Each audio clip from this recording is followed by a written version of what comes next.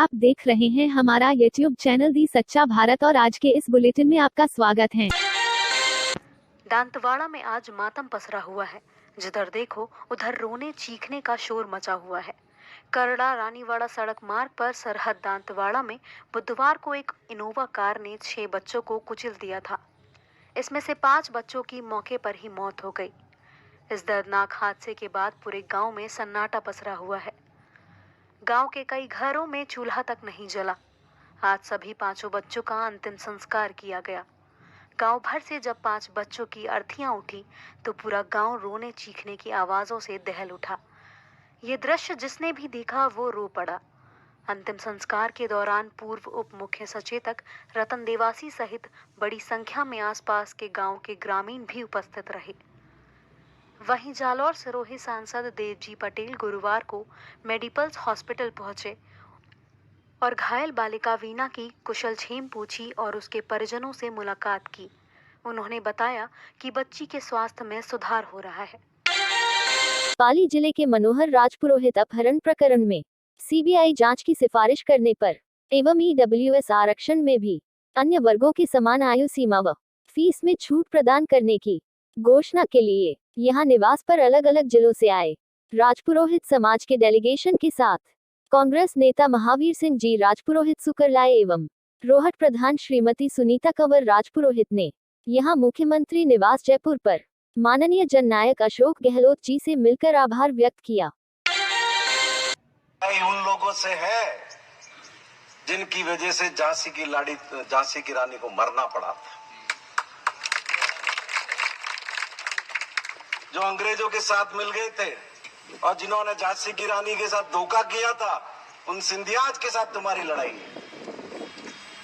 ये कोई साधारण समय नहीं है, ये आपको समझना पड़ेगा। तुम्हारी पार्टी, तुम्हारे बुजुर्ग अपना खून पसीना दे करके इस मुल्क को जिस जगह पर ला करके खड़ा किया है, आज उन सारी उपलब्धियों के लिए खतरा उत्पन्न हो गया है। पंडित नेहरू, बाबा साहब भीमराव अंबेडकर एक सोच के साथ देश को आगे बढ़ाया था।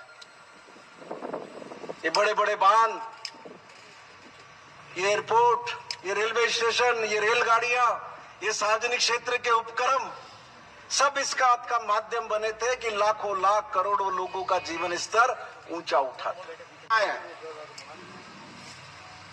इन सारे गवर्नमेंट इंस्टीट्यूशन को खत्म कर दो, नौकरियां ही नहीं बचेगी तो रिजर्वेशन क्या रहेगा। बच्चों को पढ़ा रहे इस उम्मीद से, अच्छी तालीम दे रहे, अपना पेट काट के शिक्षा दे रहे, होगा क्या। वो तो जैसे कल कहा कि हम हर साल 2 करोड़ नौकरियां देंगे और नौजवानों ने जब नौकरियां मांगी तो कहा कि पकोड़े तलो।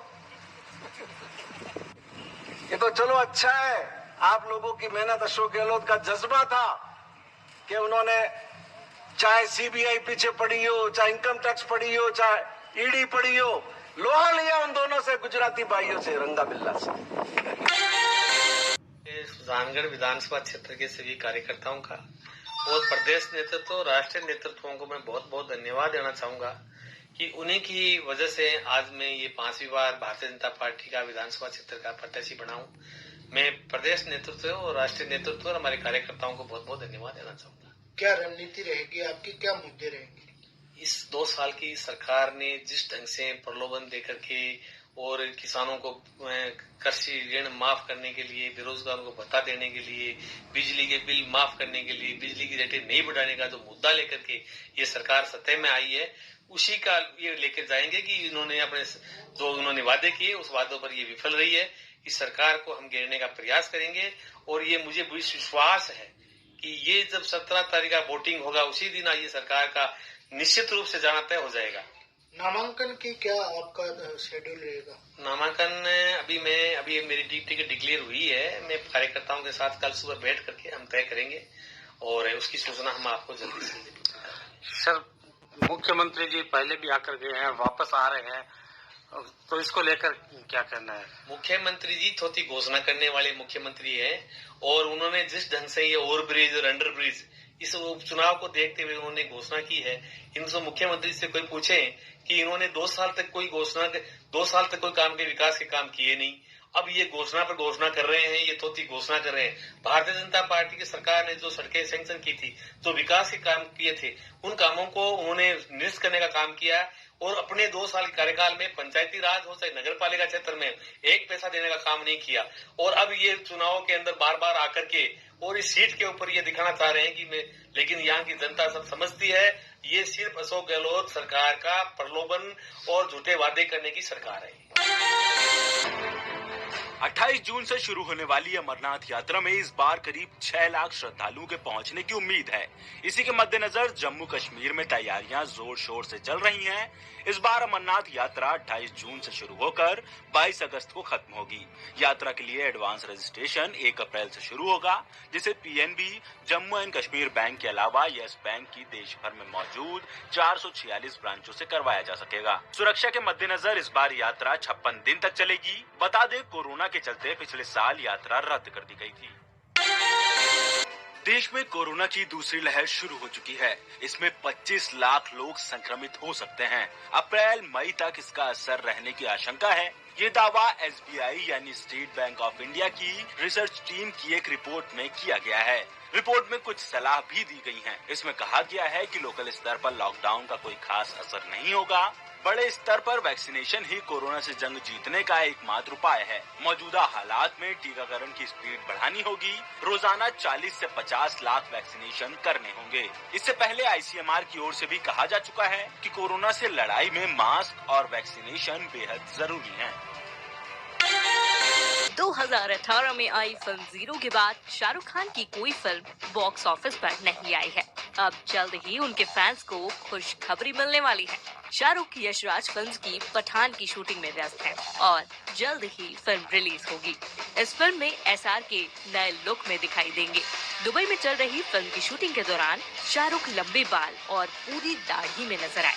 रिपोर्ट्स के मुताबिक पठान के लिए यशराज फिल्म्स ने शाहरुख खान को 100 करोड़ रुपए फीस दी है और इसी के साथ एसआर के इंडिया के सबसे ज्यादा चार्ज करने वाले एक्टर बन गए हैं। ब्रिटेन की महारानी क्वीन एलिजाबेथ द्वितीय की पोती ज़ारा टिंडल समय पर अस्पताल नहीं पहुंच सकी और घर के बाथरूम में ही उन्होंने बच्चे को जन्म दे दिया। बच्चे का नाम लुकास फिलिप टिंडल रखा गया है। ज़ारा के पति माइक ने एक पॉडकास्ट में इसकी जानकारी दी। महारानी और ड्यूक ऑफ एडिनबर्ग अपने 10वें ग्रेट ग्रैंड चाइल्ड से मिलने का इंतजार कर रहे हैं।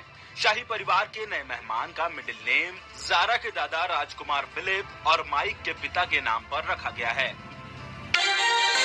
सूरतगढ़ में बीती रात्रि हुए एक भीषण हादसे में सेना के 3 जवानों की जलने से मौत हो गई, जबकि 5 जवान घायल हो गए। सभी घायलों को यहां ट्रॉमा सेंटर में भर्ती करवाया गया है, जहां से प्राथमिक उपचार के बाद इन्हें छावनी स्थित सैनिक हॉस्पिटल में रेफर कर दिया गया।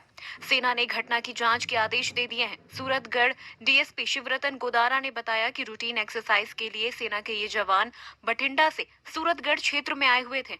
बीती रात्रि सभी 8 जवान सेना की जिप्सी में रेकी कर रहे थे। इसी दौरान रात्रि करीब 1 बजे राजियासर क्षेत्र में इंदिरा गांधी नहर की आरडी 313 के पास जिप्सी के आगे गौवंश आ गया और अनियंत्रित होकर जिप्सी पलट गई। ये रात को सूचना मिली थी कि कोई सेना के जवान थे वो और किसी अभ्यास कार्य से आए हुए थे और मार्जन के फायरिंग लाइन की तरफ जा रहे थे, तो सामने से कोई गाड़ी की लाइट आई और एक कोई पशु खड़ा हुआ था जो अचानक दिखा नहीं और उसको बचाने के चक्कर में ये गाड़ी है वो स्किड होकर के साइड में गिर गई।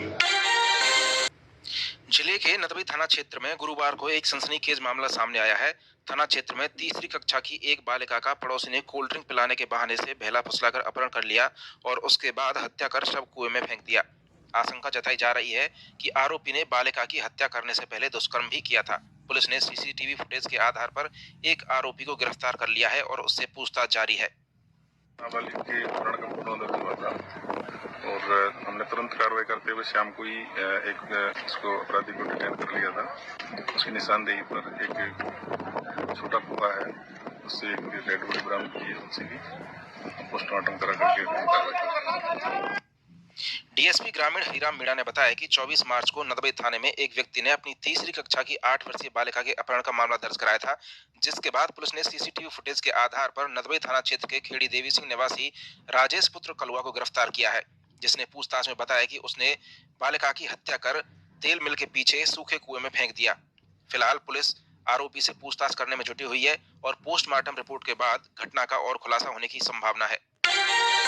संयुक्त किसान मोर्चा के भारत बंद आह्वान के बाद सुरक्षा एजेंसियां एक बार फिर से अलर्ट हो गई हैं। दिल्ली नोएडा चिल्ला बॉर्डर पर बैरिकेडिंग कर दी गई है। मौके पर भारी संख्या में पुलिस बल और पैरामिलिट्री फोर्स तैनात कर दिया गया है। हालांकि रास्ते को पूरी तरीके से बंद नहीं किया गया है, लोगों को आने जाने की अनुमति है, लेकिन पुलिस अपनी तरफ से पूरी अलर्ट है।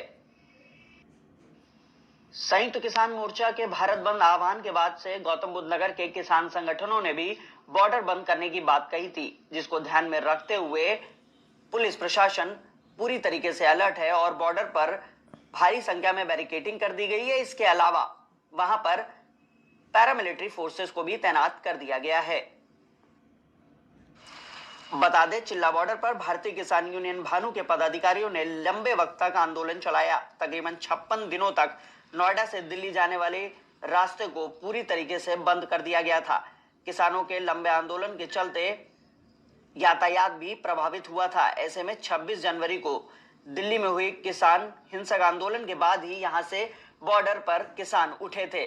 ऐसे में दोबारा से किसान एक बार फिर से इस बॉर्डर पर ना बैठ जाएं, इसको ध्यान में रखते हुए पूरी तरीके से पुलिस और प्रशासन अलर्ट है। और ऐसे ही नए अपडेट पाने के लिए द सच्चा भारत चैनल को सब्सक्राइब कीजिए।